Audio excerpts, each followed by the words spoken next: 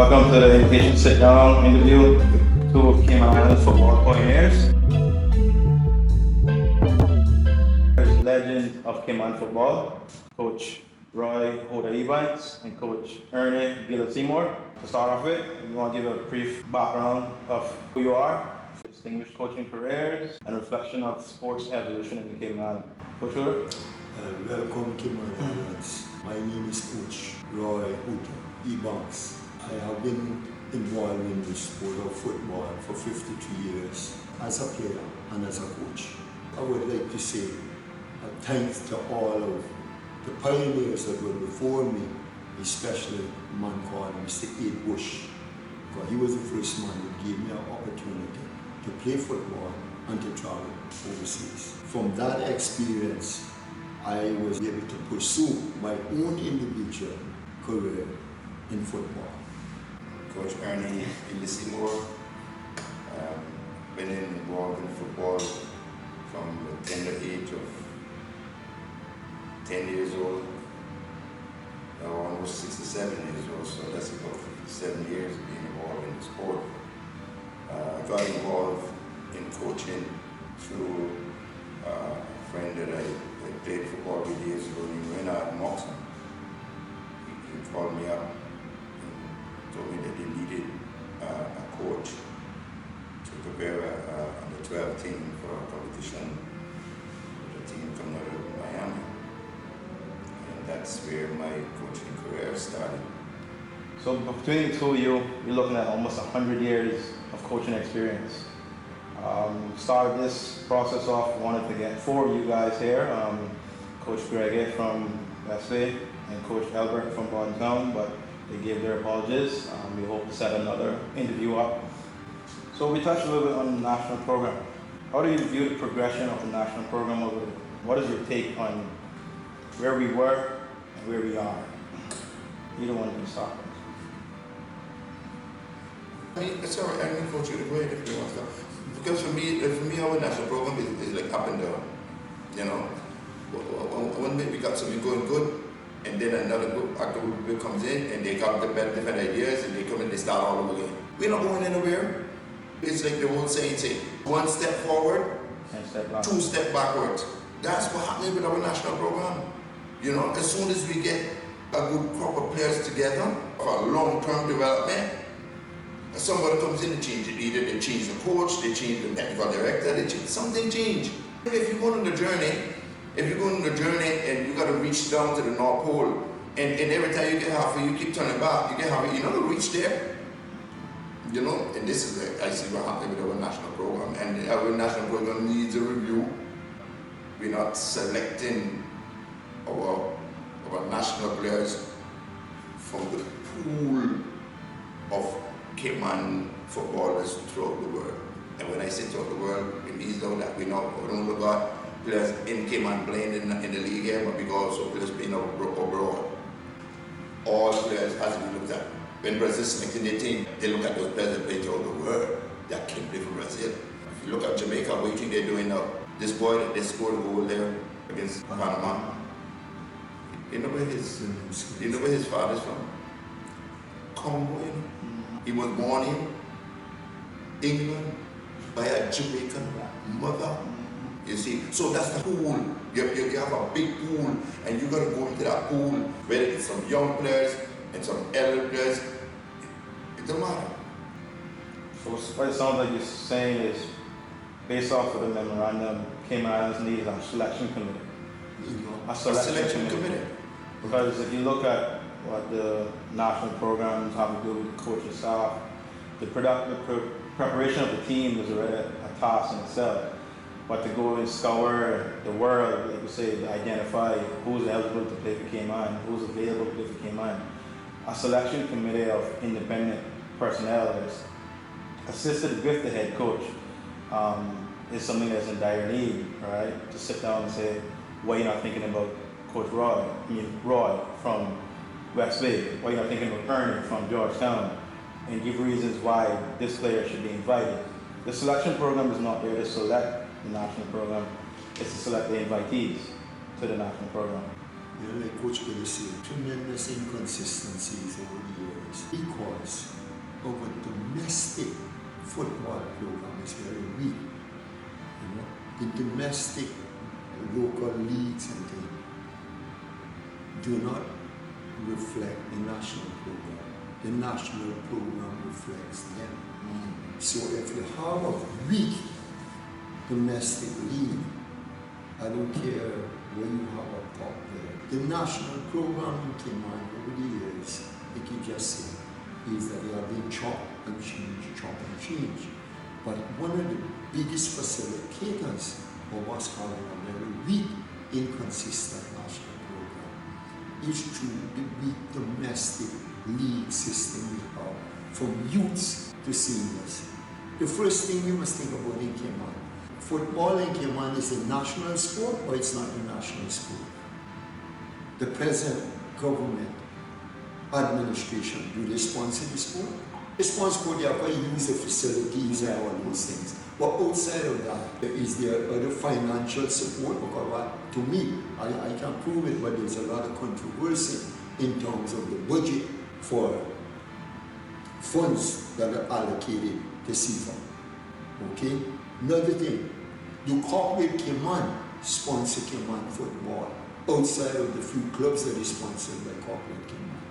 Is our youth leagues is sponsored by any youth organization that we come up with the shirts, all those things? Is our Premier League called Flow? Is it called Logic? Is it called Digison? Is it called Foster's? Okay? So this, to me, this is the biggest contributing factor. We have a very weak, disorganized, outside with the exception of a few clubs, domestic football environment.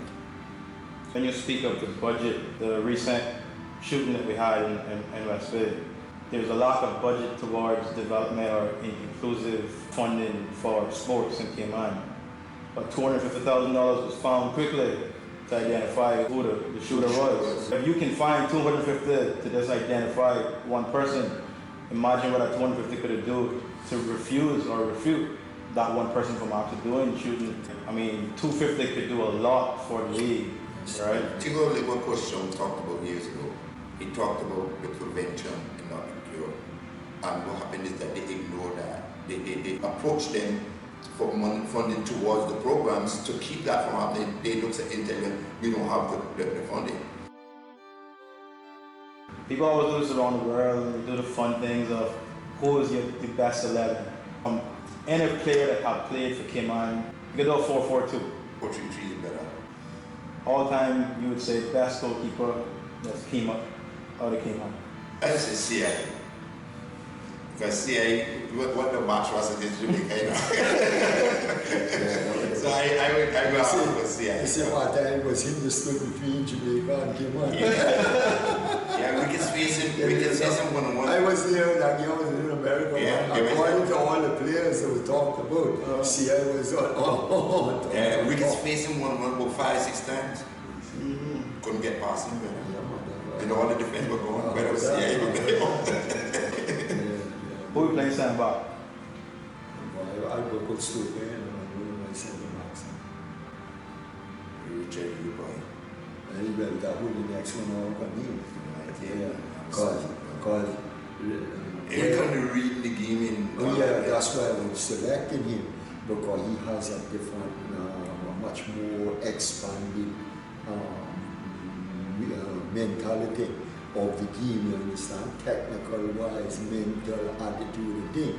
And Stoker would be a very complimentary to him, because Stoker is robust, Stoker is verbal, Stoker, you know what I'm talking about. I saw him play a game against Santos, Brazil.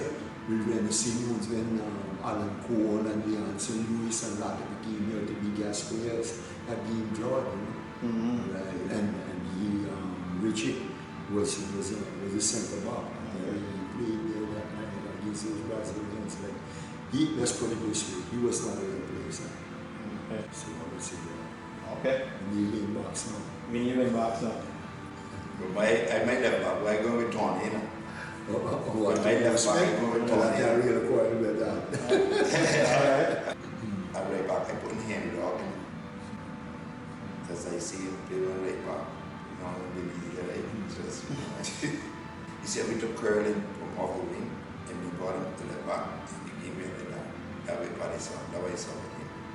Me, I know he was an attacker, but I played him in defense when he came over from Scotland. So we runs to the lock, you know.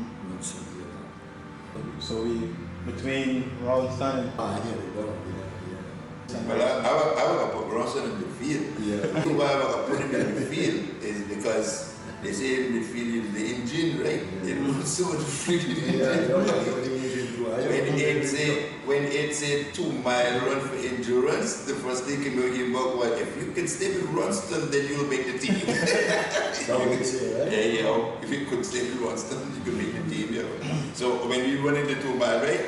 How we stay with Ronston now, you can't catch him in. You gotta keep him inside. Because you can keep him inside, you're there. No, honestly tell you, let me rephrase what Ronston here. You know what will never happen right back for me? Is the man called Orban Rivers called him Fisher. Swing it. Yo! How could we leave that? Bro. How could we leave that? Yeah, people will run it up in the midfield, man. We moving in and out too.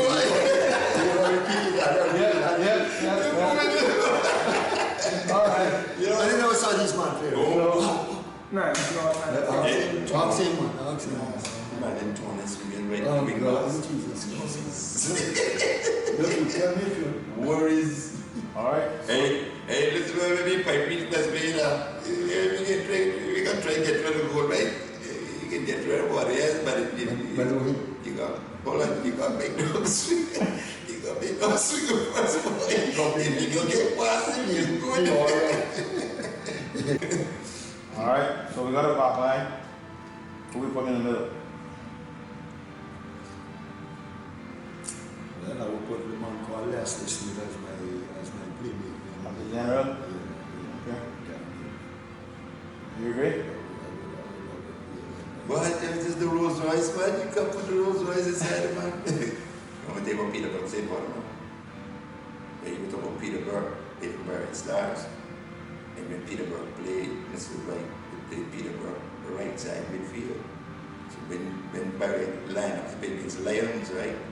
Mr. White looked at Peter and said, Peter, you play left side midfield today. Peter said, Mr. White, all right, side now he said, but today you have to play left side. So when he set up on the field, right, he looked across the field, he saw Leicester spin on the right midfield for Lions. He said, Mr. White, you're not sure I'm mistaken me, sir. And Leicester never makes it. I said, that's the reason why I put you on there. Alright. But that, you know. Alright. And then Smithy would be the same, but Gillie say he pick somebody else, yeah? Mm-hmm. But everyone got Ronson in midfield, it's been a man. We need one more midfielder. We send I 4-3-3, right? need a left side, one now, without big one now. But Ronson on the right, spin in the middle, whoever put on the left now. Boy, I treat like half a locks in. He lost. Yeah, boy, I have a locks, boy. Okay. I'm serious, boy. When you go to 2 years old, I have a locks, boy. So I'm still playing football, yeah. Talk. No, do what the size is there. Who the 3 main attackers are? And I guess you got Renard is there. Okay. You got Little Moon is there. I don't know what the one will be, but I know those two have to be top consideration. You understand? Boy, I tell you the truth with that Chico. I go with Lee, Renard, Tommy. He brings from West Bay now. He brings you last name? Tommy, yeah.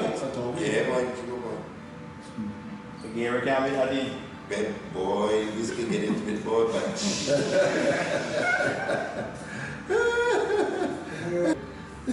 So let's call it. Go ahead.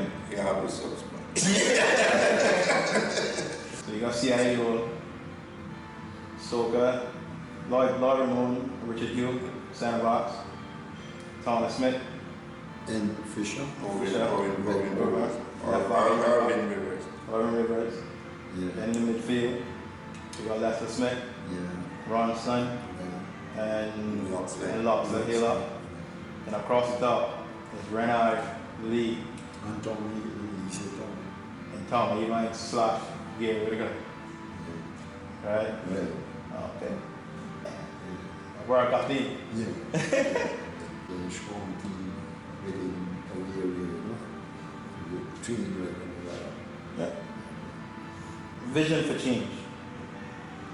If you could change one thing of Cayman football, what would it be and why? Something I have advocated for a long time and I will continue to advocate it. We need to hold what we call a symposium on the ball, on the game here. It happened years ago. Jeff held it here. I've already heard me mention it, the president. Last meeting I was there, and there was a man called Chico came here and helped us put together a national development plan. Okay? But unfortunately, when these plans put together like government plans, they be put on the shelf. And only when something occurs that is relevant to that plan is you pull it back. Or again, the sociological thing. There was a woman who was about maybe was 40 or I can't remember. She put a sociological report about Cayman high level of social decay thing and how we can manifest into a lot of negative actions and things like the shooting and all of that we feel. Now that report has been put in the archive, so to speak. Now I see it resurface now after this event went on. But if you had implemented even probably 25% of that gear that was in that report, probably would not have to give $250,000 reward for one person who is shooting a gun. So for the improvement of the game to go on, it have to happen from the admin, the leadership level. It cannot happen from the grassroots level. It have to happen from the leadership level. And then they have the football development plan have to be community based, not national based yet. Community based, because when you build the community programs and strengthen them, then automatically the club programs, if we say coming, that means the clubs in the community. Because these the entities that is representing the community. Okay? The club, but I do not want to say clubs, I want to say community. Because the community program, which includes sport, which will include the clubs, the community program will consist of the schools, and it normally consists of football, but it consists of educational in relationship to the game itself also. And with a community program, you almost get an all-star program because you get to put the better of the kids from the Western That district, is right, Georgetown district, that's right. So you get to play elite football, whereas at the club level, some teams may have 2 or 3 good players, or 4 or 5. Right. But at the community level, you get to put those 4 or 5 Yeah, players you get in the the cream team, of the real crop. Exactly. And what you get now is coaches from future scholars, elite, all helping together. That's right, program. and from CIFA also, you understand? Yeah, man. Yeah. And then out of that, then comes a stronger national program. And all the entities, that's what's about the symposium. Then you bring all the entities that can affect change. You bring the private sector, you bring CIFA, the 2 ministries, which is the Ministry of Social and the Ministry of Sports. And then the leaders in the community that is head of these different organizations in the community. And for football, because football specifically we're talking about. Yeah, anything that go good? I would really like to see education in the football coming back together. It's monitored, what happened with the athletes and with the education. The next thing we have a national program, and they have no plan. And when I say no plan, I mean a plan must be done like this: short term, medium term, and long term. A plan should be put in place that, okay, in the short term, what players are we using? Like what Coach would have said, but early on, when we were talking about he had some younger players, that young under 20 or those under 20 players he was looking at, it was a long-term program, because you say about 5 years down the road, whatever. But again, six older players. but what is the plan in the short-term program and how much the budget should be? This is where budgeting come in. What's the budgeting will be for put a medium-term plan and what will be the budget. And that means that what we want to accomplish here in the long term, that we need to find all the funding at the short term. You know, the short term might just need enough just to get us started. You know, and then as we go along, you know, we build up. But that's the problem I see over the years, working with all of the associations and stuff, and that is no long-term plan. All we do is put Cayman team into the competition to participate because it's a requirement by FIFA to give all your players the opportunity to play in the World Cup qualifiers.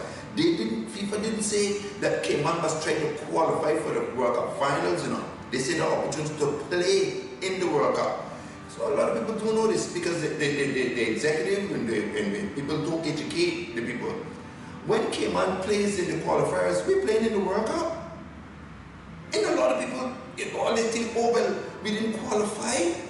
This is the big picture that is now being addressed about the national program. So all of the presidents and all of the parties, they can talk all they want to talk. I don't care what they talk until you can sit down and look at the big picture. And stop fooling the people. Stop making the people come to the stadium thinking, well, what kind of team that is to go there? What our coach doing? You know, this is what we've been hearing for how many years? For how many years we've been hearing the same thing? Oh, get rid of that coach, get another coach. He's not good. And now the president is saying they're bringing in a foreign coach because the foreign coach can prepare the team better than the Cayman coach. And we bring in foreign coach, the results the same. So you don't tell me say we need to bring in a foreign coach. Then if that's the case, if this is the results we're going to get, leave the local coaches with the team, make them go, make them lose, but with the subsidy and all that is being given, make it come to us. We living in this country. You bringing in a man and giving him thousands of dollars to improve the team and it no improve, and then when again he take him money bye-bye and he gone. Who's still there? Gillie, Hutta, Albert, whoever else still involved in Cayman football. We still here, and we still got face the music. They running gone when they ready, you know. Cause ain't no man come here. I don't talk about foreigners, you know. Ain't no man come here if you gonna stay here and they gonna make this your home. I don't care where you come from. You're Caymanian. When you make your home, but when you just come here now just to rape the kid in and then go back to your place, you don't give a shit about me and my country. So when you think or mention the opportunities of advancing to the final stage of the World Cup, if you start and look at individual sports that we tend to push more funding on, the track and field, the swimming, because it's the individual athlete, we tend to ignore the team sports because the notion is, I gotta sponsor Hutta's whole team, or I gotta sponsor Gillie's whole team. But we don't look at the individual athlete. If you look at previous World Cup we just went, who's the star of Argentina? It's Lionel Messi. It's an individual talent. Right? If you look at Portugal, who's the big name of Portugal? Everybody want to see. It's Ronaldo. If you think of Brazil, who everybody want to see? It's Neymar. Right? If you think of France, who everybody want to see? It's Mbappe. It's an individual talent. We have to change the notion of we have to sponsor the whole of the football team. We got to start developing the individual talent. The individual talent will bring the team level up to another level. It's why Argentina brings in a Lionel Messi. France brings in a Mbappe. But we are going to go back and say, for the national team to really function consistently at some kind of level, it got to be a shift in the national development of the game here, starting at the community level. Let's look back at a little piece of history. 1995, Cayman was 125 on FIFA World Ranking. 1995, 125, 27, I think it was. Now Cayman is 197 on FIFA's World Ranking. What happened between 1995 and 2023 that we have dropped, well, at least 60 or 70 places? what happened to the domestic game? Forget about the national. The national is a manifestation of a domestic game. If your domestic game is weak, I don't care how much talented players you have up top here on the national program. You're going to be weak. And the community infrastructure of Cayman football is like non-existent. There's no, I have walked through, just an example, Jeff started a community grassroots program. I would give him this honest. Each community had a grassroots development program. He had 3-4 youth coaches because I was the man in Westway responsible for Westway grassroots program. I had 4 community coaches along with me, grooming them to take over the game and build these ballers because I had about 100 kids in Westway alone in Westway grassroots program. Okay, same thing Georgetown. They had Eastern districts also. Okay, that was the first foundation that we built if we want to build a strong national team. Grassroots and community programs. Unless we get, and then corporate sponsorship for the game all across the board, along with what? Along with the government. Okay? We talk about highlighting individual. Alright? Now, before we saw recognition of athletes, every year Jeff used to say every month you had a play, Cayman Airways free ticket for the player of the month, had set up everything given play. Now, there's no recognition of players, there's no incentive for players, nothing like that. Understand? And this is 2023. Let's go back to 1995, 24. Thank you, Mama. Thank you for the correction. Now we're going to go back again. 1995, we had tremendous, vibrant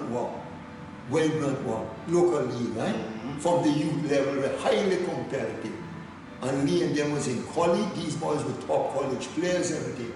Okay? And that side card came on to did his greatest achievement, so to speak, at a senior level, right? Not true. Because I went to Jamaica and watched that side play right here in the stadium. And do you know if they had the qualification for CONCACAF that they have now, do you know Cayman would qualify for the CONCACAF Gold Cup then, right? Because Cayman came 4th in Jamaica that time, I do the whole Caribbean. But do you want to realize that? So what happened between 1995 and 2024? That we qualified for the Gold Cup. Can say if the Gold Cup were held, they covered the top 14, but then it was called the Shell Cup, that's right. Okay. And this is where the problem lies. The problem lies in the communities. The problem lies in the development structure of football. At the grassroots, coming straight through. And until we have a technical director here in Cayman right now of football. Is he available to come into the communities and talk to coaches like myself and other coaching communities and look and get information and then call us all together and drop a national development plan with what? With government support, with FIFA support and private sector support. Do we have that? Are you asking that? That means we haven't got it. Yeah, I'm asking if you haven't. Well, I'm speaking to 2 pioneers of football, and you haven't had a meeting with him, so no, I'm assuming. Well, do you see it manifested in a local game? No. So, take a look at this, the club licensing. They just introducing the club licensing to the Cayman clubs.